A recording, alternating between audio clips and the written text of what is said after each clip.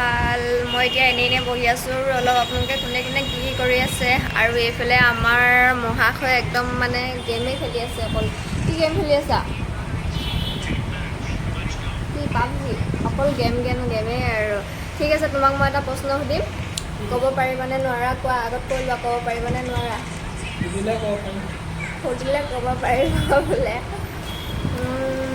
তুমি ভাবি লোৱা, তুমি ধৰি লোৱা এখন হাতত এক কেজি লোহা তোমাৰ হাতত এখন হাতত আছে, আৰু এইখন হাতত আছে তোমাৰ 1 কেজি কপা।